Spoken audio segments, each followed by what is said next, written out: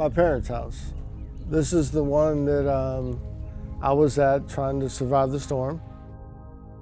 We're at 215 Kim Cove Circle, and this is where I was for Hurricane Michael. Monday night, my parents called me and said, hey, this storm's starting to build up to a 2.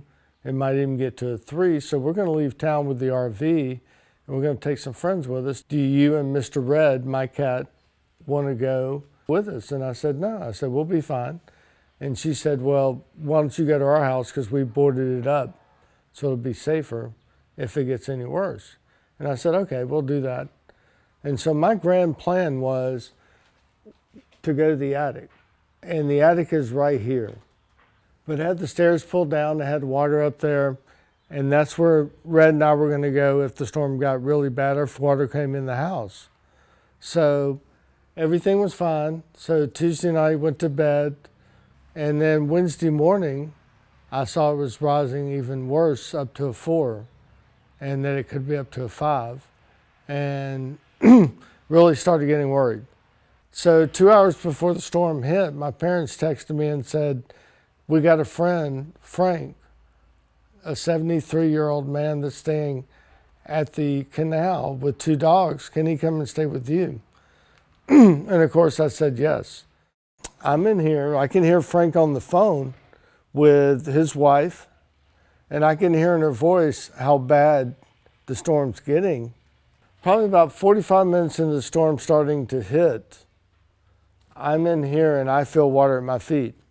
The TV's already off. The last thing I saw was Jim Couture saying, hey guys, I hate to say this, but it looks like it's gonna be a Category 5. All right, we gotta walk to the garage, water's in the house. So when I opened up the door, the water was up to here already. And it pushed Frank and I back. We walked back into the kitchen here, and I'm holding Mr. Red, and water's here. And then within 10 minutes, water's here because it's just building and building and building. And I look at Frank and I'm like, we can't stay in this house because we're gonna drown. I said, we gotta go, we're gonna probably go to the outside to the roof. That's where I fell with Mr. Red in my arms, and I held Mr. Red up. And then Frank pulled me out. This is the outdoor bathroom my parents got built 3 years ago. The door opened up. And I was like, well, there's a sink in there, there's a toilet in there. We can get in there, we can stand, we can survive. This bench right here had disengaged, was floating in the water, grabbed it, threw it in there, it fit perfectly. We stood up on the bench, and that's how we survived the storm.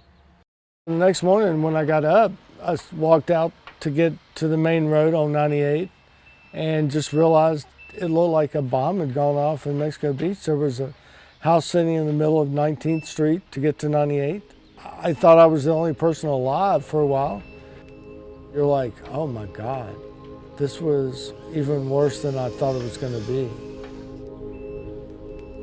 After the storm, after everything hit, I sat in my parents' wet living room on their couch and just could not understand what had gone on.